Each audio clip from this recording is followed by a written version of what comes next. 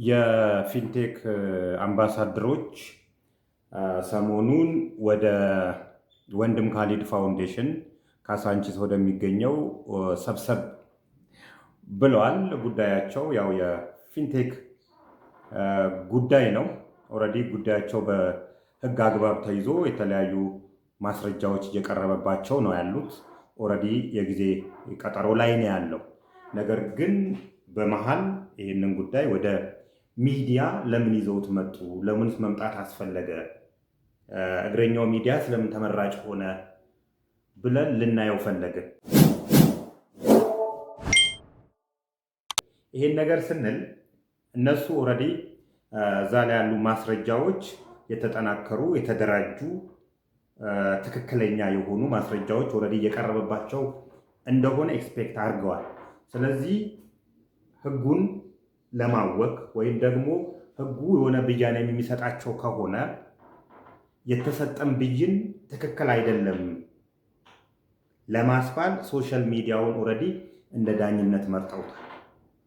አንድ የህግ መስመር፣ አንድ የህግ ጉዳይ፣ አንድ የህግ ጭብጥ ኦልሬዲ ለፍርድ ቤት ከደረሰ በኋላ ነገሩን በመተንተንም ሆነ በማስረዳት ወይም ደግሞ ማስረጃዎችን በማቅረብ ወደ ሚዲያ ይዞ መሄድ እንደ ኢትዮጵያ ህግ ወንጀል ነው። ቢኮዝ የህግ ስርዓቱን ስለሚያዛባ ከሁለት ወገኖች ያልታየ ስለሚያደርገው። ስለዚህ ይሄን ነገር ለምን ወደዚህ መጣችሁ ብለን ካሰብነው ይሄን ሚዲያውን እንደ ፍርድ ቤት ለመጠቀም ነው የሚታየኝ። ስለዚህ በጥንቃቄ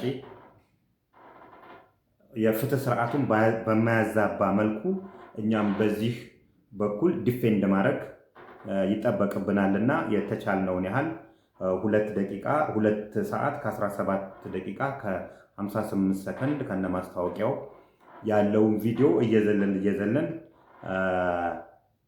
ለማየት እንገደዳለን። በመጀመሪያ ደረጃ ወደ ወንድም ካሊድ ፋውንዴሽን ከመግባታችን በፊት የቪዲዮ የ2 ሰዓት ከ17 ቪዲዮ ርዕስ የዝነኞቹ እስሩ እና ሚስጥሩ ይላል። የዝነኞቹ እስሩ ምን ለማለት ነው? አወዛጋቢነቱን እዚህ ጋር ነው የምታዩት። አሁን ወደ ሚዲያ ለምን ይዛችሁ መጣችሁ የሚባል ከሆነ አላልኩም ለማለት እንዲያመቻቸው ነው። ይሄ ርዕስ ራሱ የዝነኞቹ የታሰሩበት ምክንያት ሊለው ይገባ ነበር። ወይም ደግሞ ሌላ ርዕስ የዝነኞቹ እስሩ የሚል አማርኛ የተቀናጀ እንትን አይመስለኝም። ሜቢ ለማምለጥ እንዲያመችም ይሆናል። እና ሚስጥሩ ይላል። ሚስጥሩ ምን? እውነተኛው ሚስጥር ይሄ ነው ማለት ነው።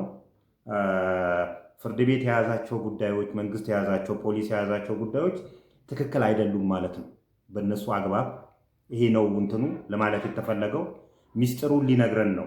ሚስጥሩ ከተነገረን ደግሞ ሚስጥሩን አውቀናል። ስለዚህ ፍርድ ቤት ባለው ማስረጃ እና መረጃ ተመርኩሶ የሆነ ውሳኔ የሚሰጥ ከሆነ ሚስጥሩን ኦልሬዲ እግረኛው ሚዲያ ለኛ ነግሮናል እና ተሳስተሃል እንድንለው ነው ማለት ነው። ይሄ ነው የሚታየው። አሁን የሚዲያ በህግ የተያዙ ጉዳዮች ሚዲያ ማራገብ እና እንደዚህ አይነት ርዕሶችን በመስጠት ጉዳዩ ከያዘው ጭብጥ የወጡ ነገሮችን በማስተላለፍ ህግን ያዛባል የሚባለው ለዚህ ነው። ኦልሬዲ ሚስጥሩን እየነገረን ያለው ተክለ ሃይማኖት። ስለዚህ ፍርድ ቤቱ ትክክል አይደለም፣ ሚዲያው ነው ትክክል ለማስባል የተደረገ ይመስላል። የአምባሳደሮች ከነመዘዙ የሚል አለ። 2 ሰዓት ከ17 ደቂቃ ከ58 ሰከንድ የሚፈጅ ነው። የወንድም ካሊድ ፋውንዴሽን ካሊድ ሀሰን ነው የሚባለው ሄዶ እግረኛው ሚዲያ ባለቤትን ሲቀበለው 7 ደቂቃ ከ40ኛው ላይ እግረኛው ምን ይላል?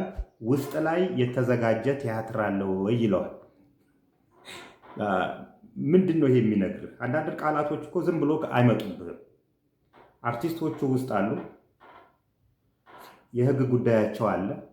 ያንን የህግ ጉዳያቸውን ሊያስቀይስ የሚችል ቲያትራዊ ነገር የተጻፈ ጽሑፍ ለእያንዳንዱ ድርሰት ተሰጥቶታል ማለት ነው። ስለዚህ ያ ድርሰት ቲያትር ቤቱ ስለሌለው እግረኛው ሚዲያ ቲያትር ቤቱን ያዘጋጀው ወንድም ካሊድ ነው። ይሄን እንዲልና 9 ደቂቃ ከ33ኛው ላይ እግረኛው ሚዲያ ሁሉንም ሰዎች ተክለ ሃይማኖት ማለት ነው ኬፍ ጋለ በኋላ ሰራዊት ፍቅሬ ጋር ይደርሳል። ምን ይለዋል? ዋርካው ይለዋል። አንድ የሀገር ዋርካ ማለት ነው። የሀገር ዋርካነቱ ሰራዊት ፍቅሬና ተክለ ሃይማኖት ሜቢ በአለቃና በሰራተኝነት ተገናኝተው ሊሆን ይችላል። እዚህም ደረጃ ያደረሰው ሰራዊት ፍቅሬ ሊሆን ይችላል። የግል ውለታ ነው። እንደ ማህበረሰብ ለኔ ለምሳሌ ሰራዊት ፍቅሬ ዋርካይ አይደለም። ዋርካይ እስካልሆነ ድረስ ለኔ የሚተላለፍ ሚዲያ ላይ ዋርካው ብሎ እንትን ይለዋል። ከግራ ወደ ቀኝ ስናያቸው አቀማመጣቸው ሰለሞን ቦጋለ፣ ዳንኤል ተገኝ፣ አብርሃም ግዛው፣ አበባው አበበ ጠበቃው ነው ጠበቃቸው ነው። ይገረም ደጀኔ፣ ወንድም ካሊድ እና ሰራዊት ፍቅሬ ተሰድረው ቁጭ ብለዋል። የንግስናውን ቦታ ተክለ ሃይማኖት ይዞታል። ከዛም በኋላ ምን ይላቸዋል ሲያነጋግሳቸው? ከአብርሃም ግዛው ይጀምርና ከእንኳን ደህና መጣችሁ በሰላም ግቡ እስከሚሉ ኢቨንቶች ድረስ በማዘጋጀት የሚታወቀው ይለዋል አብርሃም ግዛው። ትወና ጸጋው ነው ይለዋል ዳንኤል ተገኘ። ልበ እንስፍስፉ ይለዋል ሰለሞን ቦጋለ። ለሽብሻቦ እጆቹ የሚዘረጉ ይለዋል ተዋናይ ይገረም ደጀኔ። በጎ ስራው የሚወደድ ይለዋል ወንድም ካሊድን። ኪነ ጥበብ የጠራችው እሱም በቆቅ ጆሮ ያዳመጣት ይለዋል ሰራዊት ፍቅሬ። እንዲህ ከመደናነቅ ነው የሚጀምረው። አሁን እነዚህ ሰዎች በኢትዮጵያ የፊልም ኢንዱስትሪ ውስጥ ሜቢ የሆነ ድርሻ ሊኖራቸው ይችላል። ኪነ ጥበብ የጠራችው እሱም በቆቅንት እስቲን የሰራዊት ፍቅሬን በኢትዮጵያ የሲኒማ ኢንዱስትሪ ውስጥ ሜቢ ልታውቁት ትችላላችሁ። በሬዲዮ ድራማዎች ላይ በቆየ ሬዲዮ ድራማዎች ላይ እናውቀዋለን። ነገር ግን ቲያትሮች ቤቶች ላይ እኔ የሰራቸው ቲያትሮች እንግዲህ ቲያትረኞች ናቸው በብዛት ቲያትርን ከፍ የሚያደርጉት እንትንንም የፊልም ኢንዱስትሪውን ጭምር ከባድም የሚባለው የሲኒማ ቤቶች እንትን ነው። ነገር ግን ሰራዊት ፍቅሬ የትኛው እንትን ላይ ነው የተሳተፈው? ቴዎድሮስ ያችን ሰዓት ላይ ነው የተሳተፈው። የተለያዩ የሚኒሊክ እንትኖች ላይ ነው የተሳተፈው። የተለያዩ ጸጋዬ ገብረመድህን የሰራቸው እንትኖች ላይ አንዱ ላይ ተሳትፎ ያውቃል። እነዚህን ሰዎች ዋርካ ባላልንበት፣ ኪነ ጥበብ የጠራቻቸው ባላልንበት፣ እነ ወጋየሁ ንጋቱን ባልጠራንበት፣ እነ ጸጋዬ ገብረመድህንን ባልጠራንበት አፋችን አግባብ ነው ወይ ስንል አንድ እነዚህን ሰዎች ውለታ ያሳሰራቸው ሊሆኑ ይችላሉ። ሁለት ደግሞ የእነሱን ግሬሲንግ ገፍ ለማድረግ እንትን ያለ ነው ይመስሉ። እነዚህ ሰዎች እዛ ጋር ያሉትን ሰዎች እንደኔ የማውቃቸው በብዛት በፊልም ኢንዱስትሪ ላይ አውቃቸዋለሁ። ከነሱ የበለጡ አሉ በፊልም ኢንዱስትሪው። በተጨማሪ ግን በማስታወቂያ ስራቸው ነው የማውቃቸው። ማስታወቂያ በመስራት ነው የታወቁት በብዛት እንጂ ቲያትር በመስራት አይደለም። ቲያትር በመስራት ዳንኤል ተገኝ አንድ ቲያትር ላይ አይቼዋለሁ። ሜቢ አይቼዋለሁ አንድ እንትን ላይ ባቢሎን በሳሎን። በተረፈ የሚታዩት ሌላዎቹ ናቸው፣ አናቃቸውም። እንደውም እኛ እነዛ ሰዎች ገንዘብ ያላቸው ሰዎች አይደሉም። አሁን ቴሌቶን የሚዘጋጅላቸው የተለያዩ መኪና እንትን የሚባልላቸው ናቸው። ብሔራዊ ቲያትርን የሚያውቁ ሰዎች አይደሉም እነዚህ ሰዎች። ብሔራዊ ቲያትር ውስጥ እኔ ትወና ሲሰሩ አይቻቸው አላውቅም በፊልም ውስጥ። ያ ደግሞ እንትናቸው ዝቅ ያደርገዋል። ቲያትር ከሚሰሩ በላይ ሊከበሩ አይገባም ባይነኝ። መብቱ ነው፣ ማክበር ይችላል። እኔ ግን ለእኔ እነዛ ሰዎች እንደዚህ ናቸው አልልም። ወደ ጥያቄዎቹና መልሶቹ እንሂድ። ጥያቄ ከመጠየቁ በፊት እነሱ እስር ቤት በነበሩበት ሰዓት የተላለፉ የተለያዩ የሶሻል ሚዲያ ሰዎች ያስተላለፉትን ነገሮች ያሳያቸዋል። እኔን ጨምሮ የተለያዩ ሰዎች ያሏቸውን ነገሮች እንደዚህ ብለዋችኋል፣ እናንተ እስር ቤት እያላችሁ እንደዚህ ብለዋችኋልና ምን ሀሳብ አላችሁ ብለው ሲሏቸው የሁሉም ሰዎች ደም ግፊታቸው ሲጨምር ይታያል። ደም ግፊታቸው የጨመረው እንደኔ ይሄ ባይዘ ይሄንን ነገር ነው እንትን የምለው ራሴንና ራሴን ብቻ በመወከል ነው። ሌላው እዛ ጋር ቪዲዮ የታየበት የሶሻል ሚዲያ ሰው ራሱን ወክሎ ማየት ይችላል። ለዚህ እኔ ኃላፊነቱን ስለምወስድ ራሴን ወክዬ ነው የምናገረው። መጀመሪያ ላይ ሰራዊት ፍቅሬ ምን አይነት ስሜት ይሰማሃል ብሎ ሲጠይቀው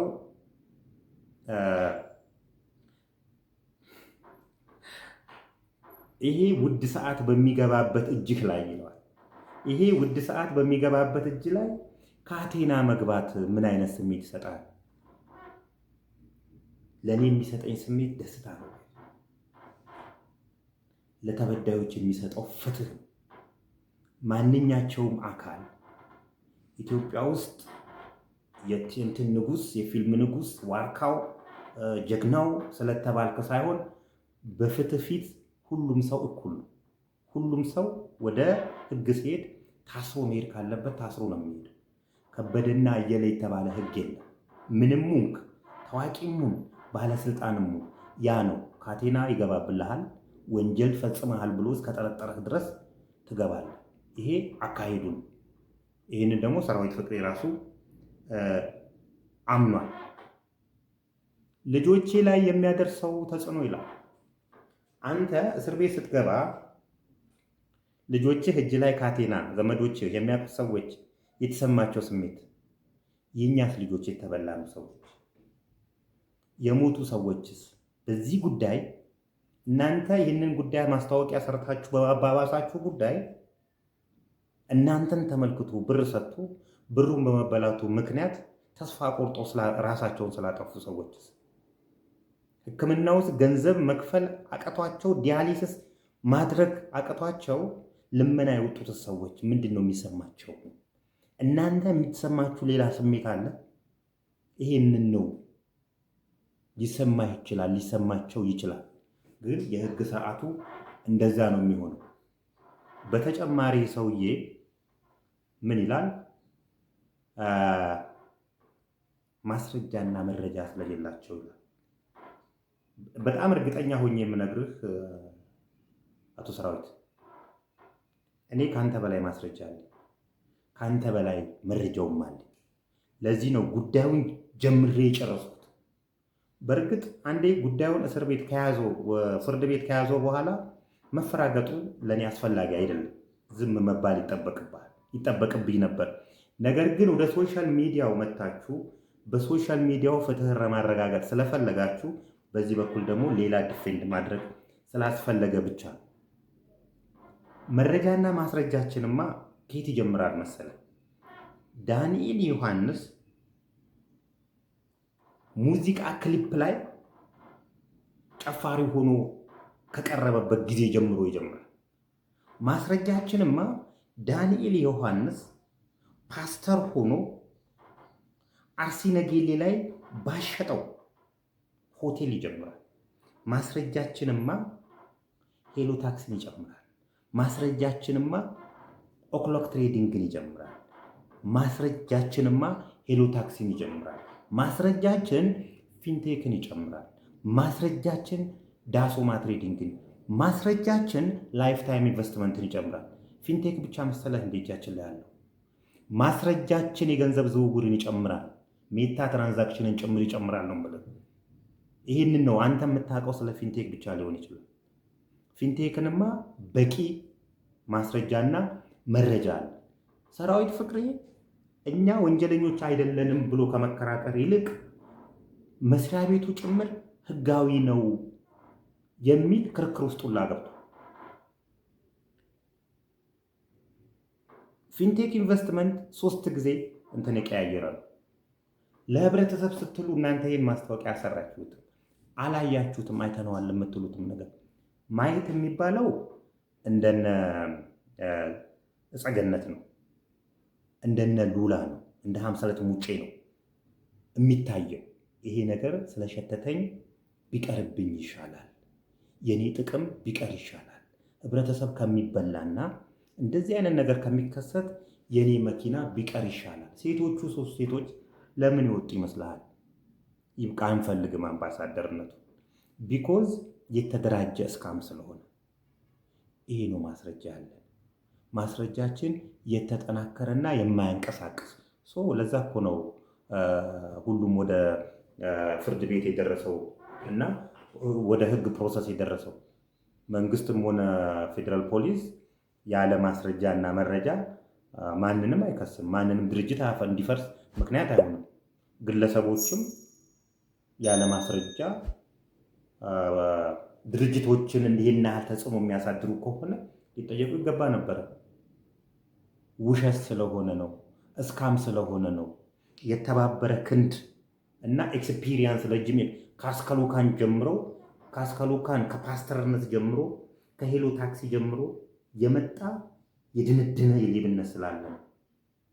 ሀገር ላይ እኮ ብሔራዊ መዝሙር አዘምራችሁ ኢትዮጵያ ቅደሚ፣ ወንዞች ተራሮችሽ አብቢ ለምልሚ ያስባላችሁ ሰዎች ናቸው።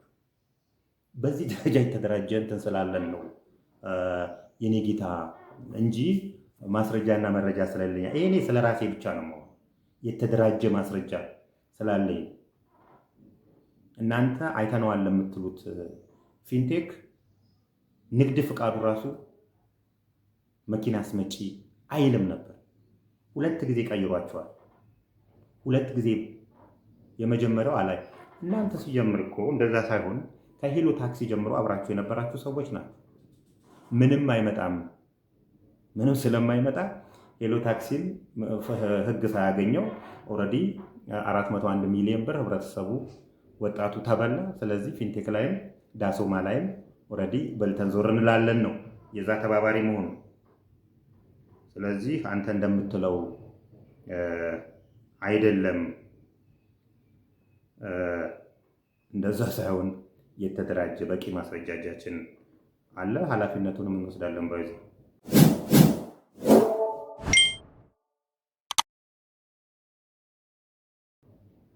የምታስፈራራበትም በቂ እንትን የለም። ትልቅ ሰው ይመስለኛል ያልከው ወይን እኔ ወይን ጋዜጠኛ አርያ ስላሴ ነው። ሞስት ፕሮባብሊ አርያ ስላሴ ነው የሚሆነው። አርያ ስላሴ ከትልቅ በላይ ትልቅ ነው። ባይዘ በችግር ጊዜ በዛ ሀገር ጥርስ ባወጡ ሌቦች በተንቀሸቀዡበት ሰዓት ፊት ለፊት የወጣ ሰው ነው አርያ ስላሴ። እኔም ብሆን በዚች ሀገር ላይ ሌብነት ነውር እስኪመስል ሌብነትን ማጋለጥ ነውር እስኪመስል ድረስ አቅም ሳይኖር የገንዘብ አቅም፣ የፖለቲካ አቅም፣ የእውቅና አቅም ሳይኖር በድፍረት እንደዚህ አይነት ውስጥ መግባታችን የትልቅነታችን ምልክት ነው። እድሜያችን ሜቢ ቁመትና እድሜያችን ካንተ ያነሰ ሊሆን ይችላል። ነገር ግን የሰራነው ነገር ትልቅ ያስብለናል። በዚህ ውስጥ እኛ ቪክቲሞች አይደለንም። ከእናንተ የበለጠ ሆዳችንን ቆይ ጋብ በል ያዘው ረሃቡ ይሻልሃል ብለነው ነው። ስለዚህ ትልቅነት እንትና ዋርካ እንዳለ አይደለም። በሰራው ስራ ልክ ነው የምትለካውና ቀላል ትልቅ ነን እንዴ? ሰለሞን ቦጋለ ይቀጥላል። ሰለሞን ቦጋለ እስር ቤት አስተሳስሮናል ይላል። እንኳን ተሳሰራችሁ፣ ህሊናችን ንጹህ ነበረ ይላል። አሁን እዚህ ሰለሞን መምከር ነው የሚያስፈልገው። መምከር እንዴት ነው የሚያስፈልገው መሰላችሁ? የእስካሁን ባህሪውን ሳያውቀው ቀርቶ ነው ወይ ነው። አሁን ሰለሞን የማታውቀው ከሆነ ብቻ ይሄ ምክር ተቀበለኝ። ንግድ ማለት ለትርፍ ነው። መንግስተ ሰማያት ለመግባት ማንኛቸውም ሰው አይሰራም። የሚሰራው ለንግድ ነው። ንግድ ደግሞ የመጨረሻው ሪዛልቱ ትርፍ ነው። ስለዚህ አንድ ካምፓኒ ከስሬ እሸጣለሁ 2000 3000 መኪኖችን መጀመሪያ አምጥቼ ከዛም በኋላ እስከ 20000 መኪኖች አመጣለሁ 3000 መኪኖችን ከስሬ እሸጣለሁ ሲል ምንም እያለህ ነው ያለው። ለምሳሌ መኪኖቹ 2.8 ሚሊዮን ብር የገበያ ዋጋቸው ከሆነ እሱ በ1.9 ሚሊዮን ብር እሸጣለሁ የሚል ከሆነ በእያንዳንዱ መኪና ላይ 900 ሺህ ብር እየከሰርኩ እሸጣለሁ እንደማለት ነው። ቁጥሩ ላይ ከተሳሳትኩ ሶሪ። 900 ሺህ ብር ከአንድ መኪና ላይ ከስሬ ለዛውም አድሚኒስትሬቲቭ ኮስቱ፣ ፕሮሞሽን ኮስቱ ሌላ ሳይጨምር 3000 መኪኖችን እሸጣለሁ ካለ 3000 መኪኖችን ሲባዛ በ900 ሺህ ብር ካፒታሌን እየከሰርኩ እሸጣለሁ ማለት ነው። ስንት ነው ካፒታሉ? የፊንቴክ ካፒታል ስንት? 7 ሚሊዮን አይደል? 7 ሚሊዮን ምን ማለት ነው ታዲያ? የሌለውን ካፒታል ኬት አምጥቶ ነው እንደዛ የሚያደርገው? ልንገርህ፣ ሶስት ሰዎች ይከፍሉታል። ሁለቱን ሰዎች የአንዱን ሰውዬ ብር አሟልቶ ይሰጣቸዋል። ሌላ 4 ሰዎች ይገባሉ። ለ4 ሰዎቹ ለሶስተኛው ይከፍላል። የሁለት ሰው ይበላል። እንደዛ እያለ እየሰፋ ይሄዳል። በዚህ መካከል የሚያገኛቸው ብሮች ይኖራሉ። ፒራሚድ ቅርጽ እየሰራ ይሄዳል። ብሮቹ እየሰፉ ሲሄዱ ብሮች እጁ ላይ እየገቡ ይሄዳሉ። ይህንን እንዳየናቸው ከዚህ በፊት እንዳየናቸው እንደ ሜታ ትራንዛክሽን እንደ ባይናንስ ባሉ ጉዳዮች ላይ ብሩን ወደ ዶላር ይመነዘራል። እስካሞች መነሻና መጨረሻ ይኖራቸዋል። ስለዚህ መነሻ እንዳለው ሁሉ ተሟሙቆ እንደተነሳው ሁሉ ዲክላይን የማድረጊያ ጊዜ ይኖረዋል።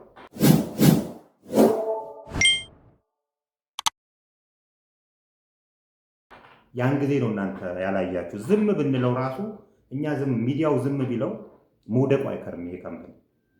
ስለዚህ የዛን ባህሪ ይዞ ነው የተነሳው እንጂ አንተ እንደምትለው ይሄ ካምፓኒ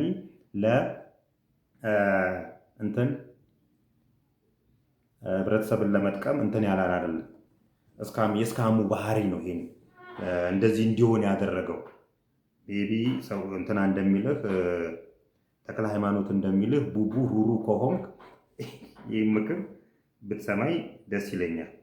ወደ ዳንኤል ተገኝ ስንሄድ ህሊናዬ ንጹህ ነው ብሏል። እሰየው። እነሱ ወንድ ሆነው አይደለም ይላል።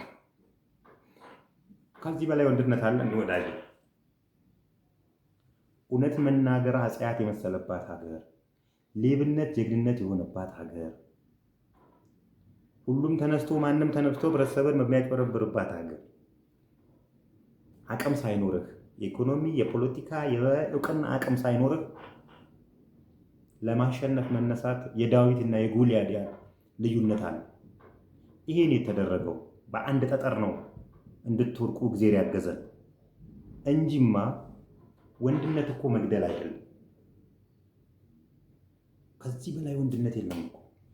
በህይወቴ ካሳየኋቸው ወንድነቶች አንዱ በዚህ ወንድነት ሲባል ጾታዊ እንትኑን እንዳታዩብኝ ፈልጋለሁ። እሱ የጾታዊ ችግር ስላለበት የጾታዊ አመለካከት ችግር ስላለበት ሴቶች ይሄን ማድረግ አይችሉም የሚል አመለካከት ስላለበት እንደሱ አይደለም። ይሄን ጉዳይ ከ1.9 ቢሊዮን ብር በላይ ያጭበረበረን ድርጅት በዚህ ደረጃ ፍትህ ጋር እንዲደርስ ማድረግ የህይወት መስዋዕትነት ያስከፍላል። ከዚህ በላይ ወንድነት የለም። ወንድነቴን ደግሞ ፐርሰናሊ እኔም ጠንቅቀህ እንድታውቀው አድርጌሃለሁ። ስለዚህ ብቻዬንም አይደለሁም እግዚአብሔር ስላገዘኝ ነው እንጂ ልደፉኝ ሁላ ትችሉ እንደነበር ልነግርህ እፈልጋለሁ። ለወደፊቱም የፎከርካቸውን ነገሮች ቀጥልበት።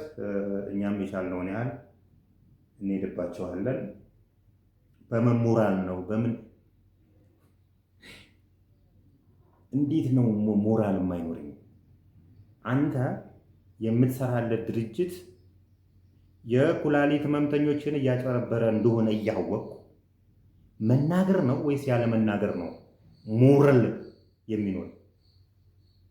ዝም ብብል እኮ ነው ሞራል ሞተ የሚሆነው። ስለዚህ የሞላ ሙሉ የሆነ ሞራል ወንድነት ያለው ሞራል ውስጣችን ስለነበረ ነው እንጂ ማስረጃ ስለሌለን ወይም ደግሞ ከእናንተ ጋር የሆነ የፐርሰናል ጥላቻ ስላለን አይደለም። እንደዛ ያደረግነው ደስ ካለኝ ነገሮች የሶሻል ሚዲያ ህጎች እንትን ሊገበል እናንተ እንደዛ ስላላችሁ ሳይሆን ሊደረግለት ይገባል። ለእናንተ ተብሎ ሳይሆን ለሁሉም ተብሎ። ሶሻል ሚዲያው ግን ከሁሉ በላይ ተጽዕኖ ፈጥሯል። ተጽዕኖ ፈጥሮ እናንተን እስር ቤት እስከማገባት ድረስ ደርሷል። ይሄ ሶሻል ሚዲያ ነው ፖሊስን ወደ ምርመራ እንዲሄድ ያደረገው። መስመር ሊበጅለት ይገባል። አካሄዱ ህጋዊ ሊሆን ይገባል። የተለያዩ ነገሮች ህጋዊ መስመሩን ከትሎ መሄድ ይገባል። እቀበልሃለሁ።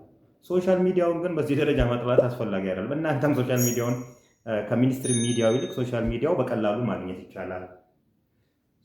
ሚኒስትሪ ሚዲያውን ስለዚህ ጉዳይ እናወራ ብትሉት ህግ የያዘው ጉዳይ ነው አላወራም ስለሚላችሁ ነው እናንተም ወደዚህ የመጣችሁታል። ስለዚህ የተሻለውን ምድ ፍለጋ ነው የመጣችሁት እኮ። ሶሻል ሚዲያው ግን የራሱን ስራ እየሰራ ነው ያለው። በተለይ እኔ በምሰራቸው ኮንተንት ላይ የተለያዩ ጫናዎች አሉ። እናንተ እንኳን ልትፈጥሩ የፈለጋችሁ ጫናዎች አሉ። እነዛን ሁሉ ጫናዎች ተቋቁመን ምንም ሳይኖረን ነው ጉልበተኞች ጋር ጠጠር አንስተን ውጊያ የገባን። ስለዚህ እንትኑ ያ ነው የሚሆነው። አብርሃም ግዛው ይላል ከእንኳን ደህና መጣችሁ እስከ ደህና ግቡ ድረስ ይሳጥ። አብርሃም ግዛው ኦክስፎርድ ነበረ ይላል እስሩ። ራሱን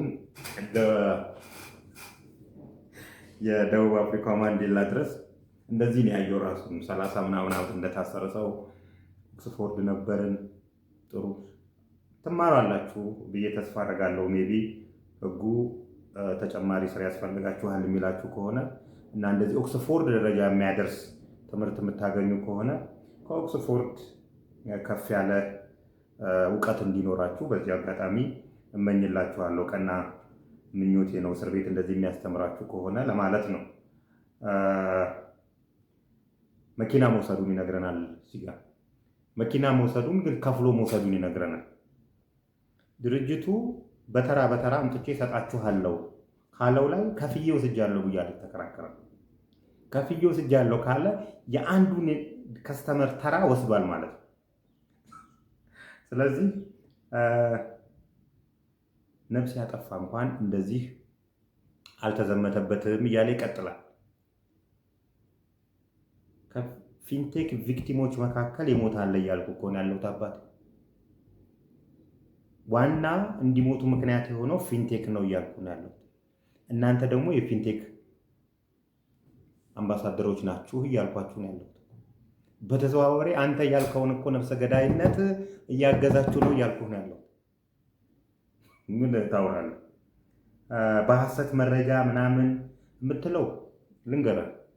አሁን ድረስ በተለያዩ ተቋማት ለምሳሌ ከዚህ ከጠራዋቸው ሰዎች ዳንኤል ተገኝ የተለያዩ ቪዛ እንሰጣለን፣ ወደ ውጭ ሀገር እንሄዳለን፣ ካናዳ እንሄዳለን የሚሉ ድርጅቶች እናንተ ያልገባችሁበት ቦታ ነው እኮ እንትን በጣም ጥቂት ሰዎች፣ 2 ሰዎች ሜቢ 2-3 ቦታ ነው የገቡት። ኢትዮጵያ ውስጥ ወደ ውጭ ሀገር እንልካለን፣ መኪና እናስመጣለን፣ ሪል ስቴት እናስመጣለን ካሉ ድርጅቶች አብርሃም ግዛው ያልገባበት ቦታ የት ነው? እስቲ ራስህን ጠይቀው። የጠፉ ለዛውም አጭበርብረው የጠፉ ድርጅቶች ውስጥ እናንተ ነበራችሁ። ሰራዊት ፍቅሬ ነበረ፣ ይገረም ደጀኔ ነበረ፣ ዳንኤል ተገኝ ነበረ፣ የተለያዩ አካላት ነበሩ እዚህ ውስጥ። አንተ በየቦታው እንደዚህ በምትታይበት ቦታ ማስረጃ የሌለህ አንተ ነህ። ሜቢ አውቀህ ካልሆነ በስተቀር እኛ በቂ ማስረጃ ይዘን የተንቀሳቀስ ነው። ስለተንቀሳቀስ ነው ያሸነፍነው። ይገረም ደጀኔ ይቀጥላል። 25 ዓመት በፕሮሞሽን ልምድ እንዳለውና 25 ዓመት ፕሮሞሽን ውስጥ በእንደዚህ አይነት ሁኔታዎች ውስጥ እንደቀጠሉ ይነግረናል። ያው ለዚህ ነው ይላችሁ አሁን ሶሻል ሚዲያው ጠቀሜታው ይሄ ነው። የተለያዩ ድርጅቶቹ ስታስተዋውቁ ነበረ። ጥሩ የሰሩትም ጥሩ ሳይሰሩም ከሀገር የጠፉ ሲኖ እናስመጣላችኋለን ብሎ ከሀገር የጠፉ ነበሩ። ውጭ ሀገር እንልካችኋለን፣ ቤት እንሰራላችኋለን ብለው አሁንም ወደፊትም የሚጠፉ ድርጅቶቹ ትሰሩ ነበረ። ነገር ግን ህብረተሰቡ ባለመቀናጀቱ ምክንያት ሁሉም በየቤቱ እንጉርጉሮውን እያሰማ ተረሳላችሁ። ነገር ግን አሁን ላይ በመደራጀት እነዚህ ሰዎች ወደ ህግ አግባብ መቅረብ አለበት ተባለና እናንተ የመጣችሁበትን የ25-26 ዓመት ኤክስፒሪየንስ ሻረው ማለት ነው።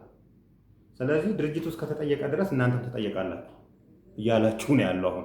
ስለዚህ የመጣችሁበትን አካሄድ ይዤ እቀጥላለሁ። ሰው እየተበላ እየረሳ ይቀጥላል የሚለው አካሄድ አሁን እቀጥላለሁ ማለት የሚያስኬድ አይመስለኝም። ብታስብበት ጥሩ ነው። እሱም የሰራዊት ፍቅሬን ቤተሰቤ ምናምናም ብሏል። የአንተ ቤተሰብ የሚያማቸውን ህመም የእኛም ቤተሰቦች ይሰማቸዋል። ቁስሉ ከዛ ባልበለጠ ነው እንጂ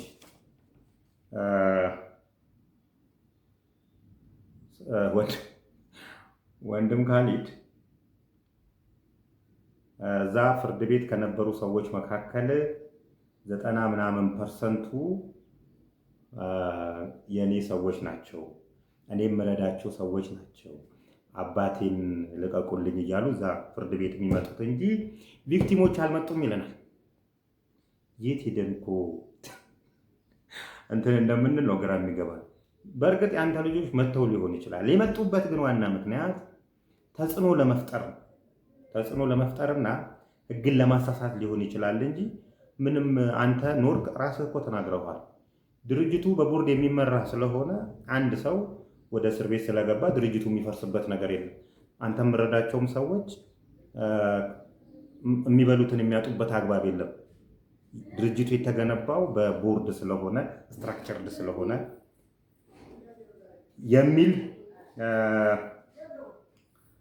እንትን ብለህናል።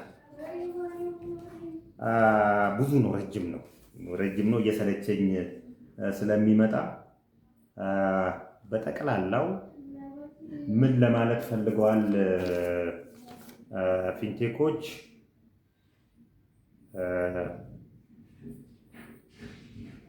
ራሳቸውን ነፃ ማውጣት ብቻ ሳይሆን ድርጅቱ ጭምር ትክክለኛ ድርጅት ነበረ ለማስባል ሞክረዋል። እንዴት ትክክለኛ ድርጅት እንደነበረ ግን ማስረጃ የላቸው። ሌላኛው እርስ በርስ የተምታታ አንዱ የአንዱን ማስረጃ አንዱ ይወቅስበታል።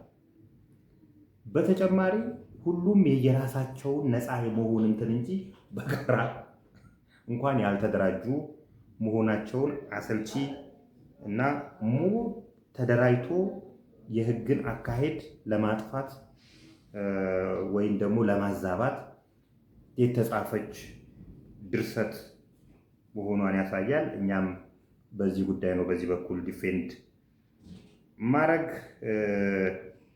ያስፈለገው። አስፈላጊ አይደለም አሁን ብዙ ነገሮችን። በመጨረሻ ግን ለሁላችሁም የምነግራችሁ አጥፍተናል፣ ይቅርታ የምትለው ቃል እኮ ቢያንስ ቪክቲሞችን የሆነ ነገር ያደርጋል። ከእናንተ ላይ ከተያዘ ቂመኝነት አንጻር እንዴት ነው የተናነቃችሁ? ግን እዚህ ጋር የምተከምበትን ብር ነው የወሰደብኝ፣ መኪና ወስደናል ትላላችሁ። በእጅ አዙር የእነዛን ሰዎች ብር ወስዳችኋል። እናንተ እነዛ ሰዎች እንዳይታከሙ አድርጋችኋል። ይቅርታ ቴሌቶን እናዘጋጅና ቢያንስ እነዚህ ቪክቲሞችን የባሰባቸው መታከም ያቃቱ ቤተሰቦቻቸው በዚህ ምክንያት ታንቆ የሞቱ ሰዎችን ብንረዳ ይሄ ነው በቃ ሊያስታርቅ የሚችለው። ግን መጀመሪያ ማመን አጥፍቻለሁ ትክክለኛ መስሎኝ ነበር። ያየኋቸው ማስረጃዎች ግን ያንን አያሳዩምና የኢትዮጵያ ሕዝብ የፊንቴክ ተበዳዮች ይቅርታ ብትሉ በቃ የተሻለ ተቀባይነት ታገኛላችሁ። አሁን ባሰራጫችሁት ቪዲዮ የተክለ ሃይማኖትን ቪው ከማሳደግ እና የእናንተ ላይ እንትኖቹ ናቸው በየቦታው የሚዘዋወሩትን ኮመንቶች ናቸው። እናንተ እንትን ልትሉ አትችሉ። ይቅር ህብረተሰቡ ቂሙን ሊረሳላችሁ የሚችል አይመስለኝም። ሊረሳላችሁና ወደ ስራ እንድትገቡ የተለያዩ ችግሮች ያለባችሁ ሰዎች ከተፈለገ መጀመሪያ ከይቅርታ ይመነጫል። ይሄ በማስፈራራት እንትናን ዶክመንት አድርገነዋል ወንድ አልነበርንም፣ ሁላችንም ዜጋ እስከሆነ ድረስ እኩል የምንተያይበት ይሆናል። 34 ደቂቃ ሆነው ተክለ ሃይማኖት በሚቀጥለው ደግሞ ሌላ ክፍል አለኝ። አስፈላጊ ከሆነ እሱ ላይም እንደዚህ አይነት እንትኖች ብዙ ላውራ ነበር የፈለግኩት፣ ሰለቸኝ። በሚቀጥለው ዋይቢኤስ ትሬዲንግ እና ዋይቢኤስ ሱፐርማርኬት እና ረቂቅ ትሬዲንግ በር መዝጋታቸውን ሰምተናል። እነሱም ሌላ መቃወች ናቸው። እንግዲህ ከፊንቴክ የተበላ ነውና እነሱ ላይ ደግሞ የቻልነውን ያህል እንሄድበታለን።